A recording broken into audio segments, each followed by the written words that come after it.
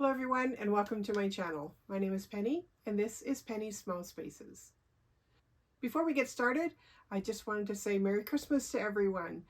I hope your holiday season is filled with love and joy and you're surrounded by your family and your loved ones.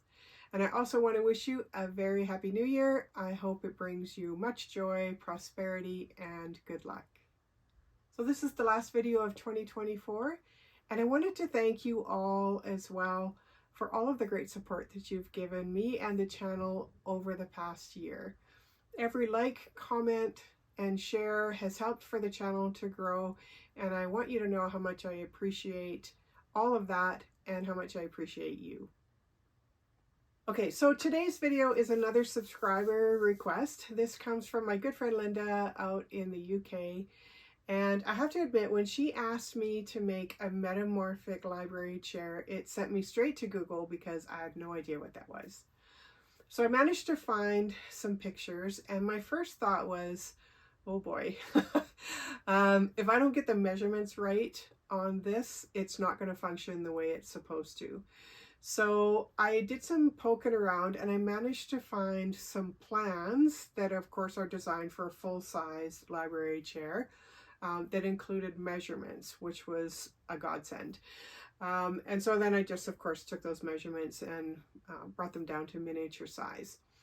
The one thing, though, that I will say when you are using full-sized furniture plans is that oftentimes you have to zig and zag a little bit, shift gears a little bit, because not everything that's required in a full-size piece of furniture, and I'm talking about things that are weight-bearing or structural, are necessary in miniature form. So I did simplify it a little bit, and so you may see throughout this video a couple of those little changing gears, especially when it came to the hinge. Anyway, you'll see what I mean when you watch the video. However, at the end of the day, I think it still came out fairly clear and hopefully easy to understand. And I hope you like this metamorphic library chair. Your measurements, of course, will be in the description box below. So let's get started. We're going to start by taking our pieces A, B, C, D, and E, and you should have 2 of each of those. I'm following a pattern that I found online, and in the pattern it said to take out just this tiny little bit on the corner of piece A. Couldn't figure out why that would be, but I was trying to trust the process, and so I cut it out. Turns out there was no good reason to do that, so you don't need to snip out this little corner piece like I've done here. I will have you make some measurements though on both pieces marked A, one at 13 millimeters and the other at 29 millimeters. We're going to start with piece D and piece E, and we're going to glue those together at a right angle so that the smaller piece is butted up against the larger piece.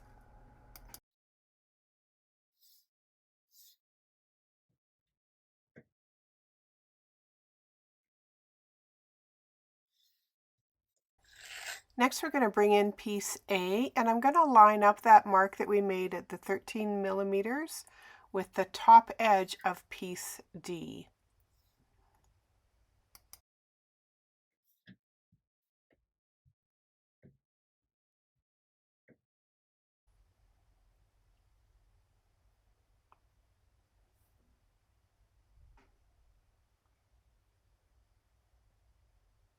So this is the shape that you're looking for. Next, we're going to bring in piece B and C, and I'm going to put some glue just on the end of piece B, and it's going to butt up against piece C at a right angle.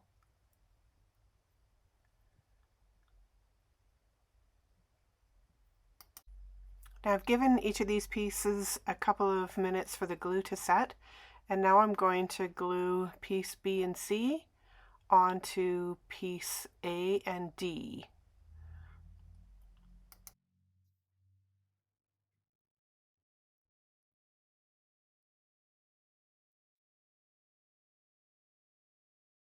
Now making sure that piece B is up on the top, and we're just going to slide it in.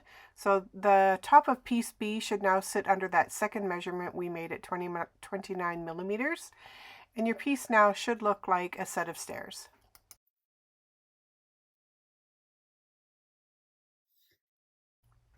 So we have piece A, B, C, D, and E.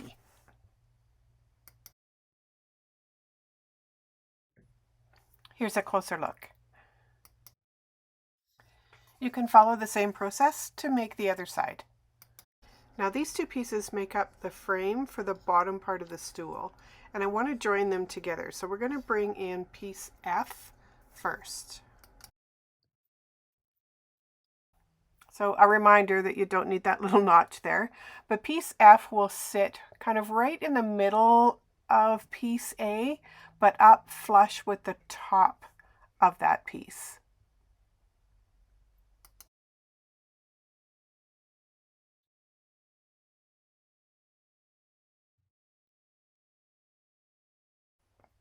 Now you can see here where I put it flush with the bottom of that notch, but since you don't need that notch, put it up flush with the top.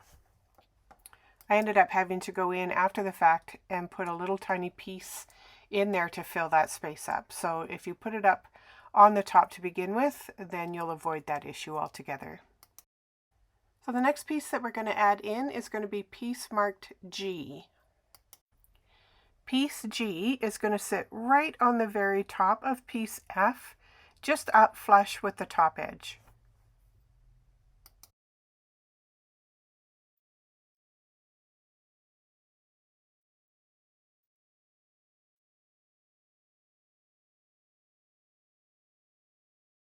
So it was right here that I ended up having to add that other little tiny piece to bring them up both flush with the top. So we'll bring in our two pieces marked H next.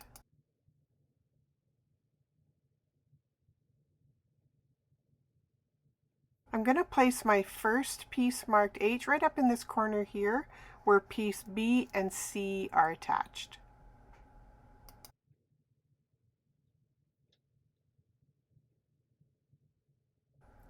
Our second piece marked H is going to go in this second corner.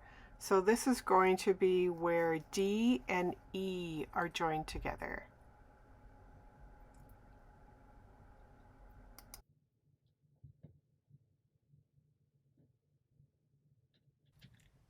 Once that glue has had just a little bit of time to set, we're going to go ahead and add the other side of the stairway. So we'll put some glue here on each of those ends.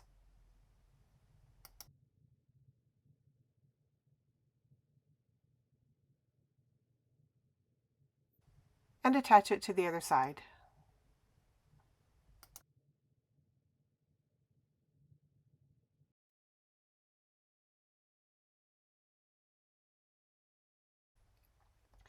Next, we're going to work on the railings for the second part of the stool. So this will require pieces J, K, L, and M. And again, you should have two of each piece. On piece J, we're going to make a measurement at 16 millimeters. So we're going to attach piece K first, and that's going to sit just above that line at the 16 millimeter mark. So we'll go ahead and add some glue just to the side of piece K, and we'll slide it up against piece J.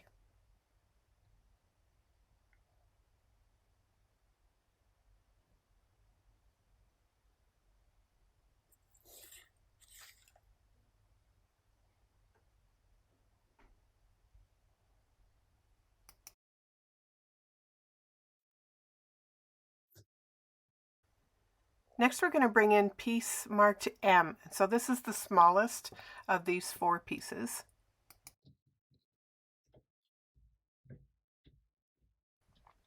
We'll add some glue to just the one side, and I'm going to push that onto piece J as well, but at the bottom and flush with the bottom edge of J.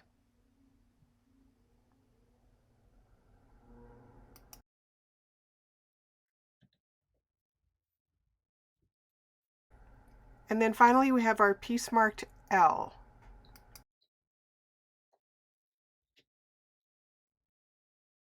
So this is going to go up against piece M and underneath piece K.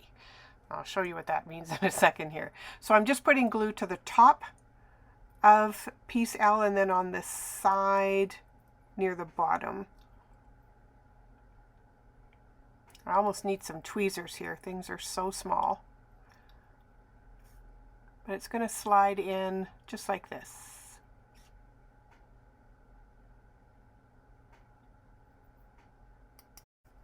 So we have piece J, K, L, and M. And of course you'll need to make 2 of these. Next we're going to bring in our 4 pieces marked O, and these are going to be the back of the chair. I want to glue all 4 of these pieces together to make a platform.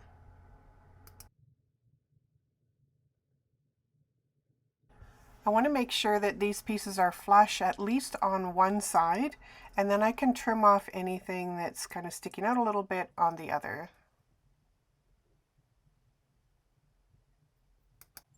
And once you have those 4 pieces glued together and you've trimmed it, then I've gone ahead and I've added piece marked N to the back. And I want to make sure that that's nice and flush with the top of those pieces marked O. This is just going to add some stability to the back of the chair. I'm going to use this piece to join the 2 frames together. So I'm just going to put a little bit of glue on one side and we'll attach it to one side of the frame.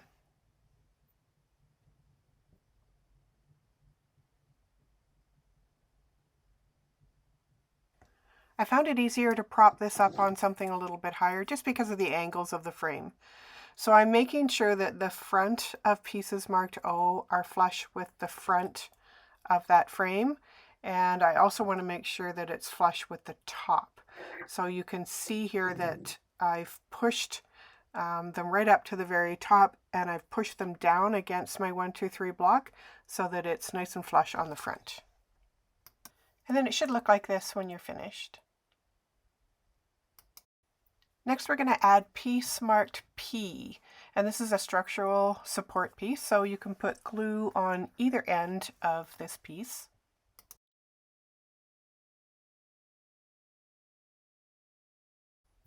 And then it's going to glue in here in between the 2 rails. And I've just made it level with the top of piece K, and it's also flush with the back of the chair. Next we'll add piece marked Q. We'll put some glue on both of the sides. And we're going to put this piece on the front in between the 2 pieces marked K.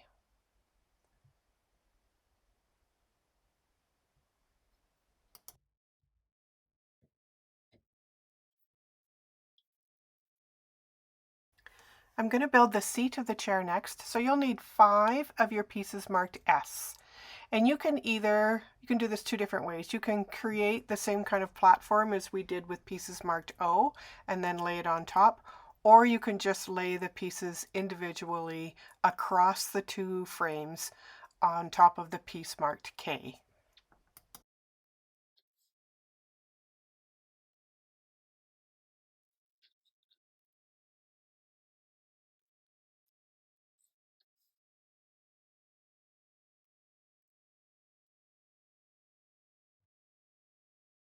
Make sure your edges are nice and flush with the sides of the chair as well as the front.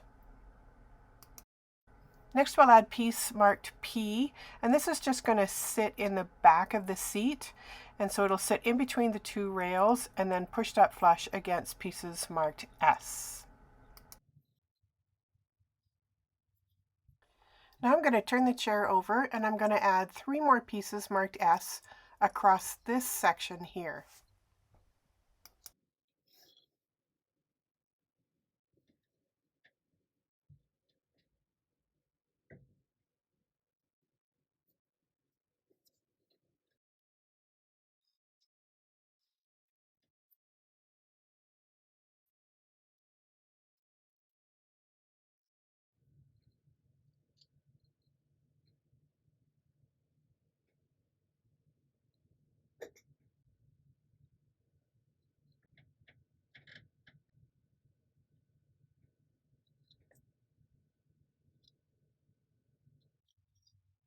Now we're going to take 3 more pieces marked S and put it across this section.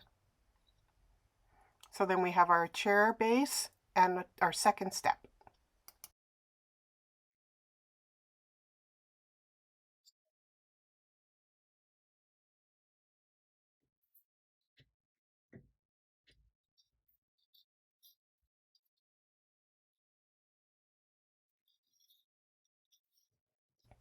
I put that section to the side and I brought back the first section that we built, and I'm going to add some stairs to this section as well.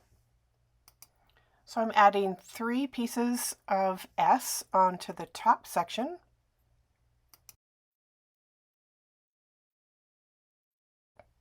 And 3 more onto the bottom section.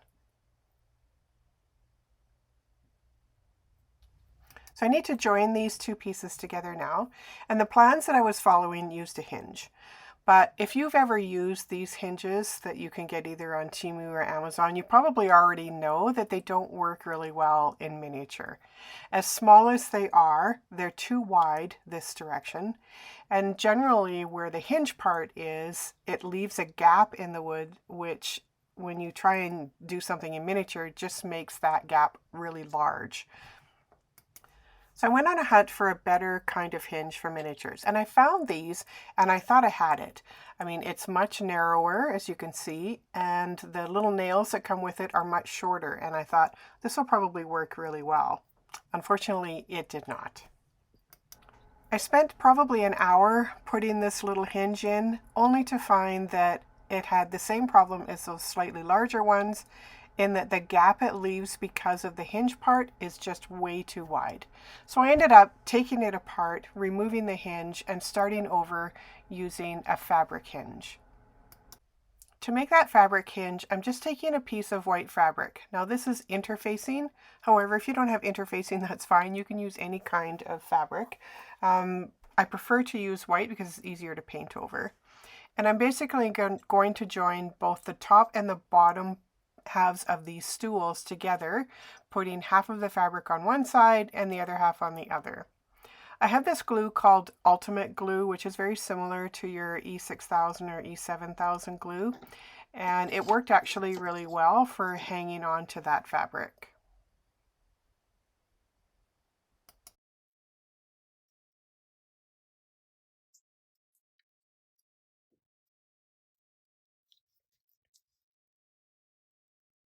I'm just going to add some glue to the other side as well. And then I'll add the other side of that strip onto the second section of the stair.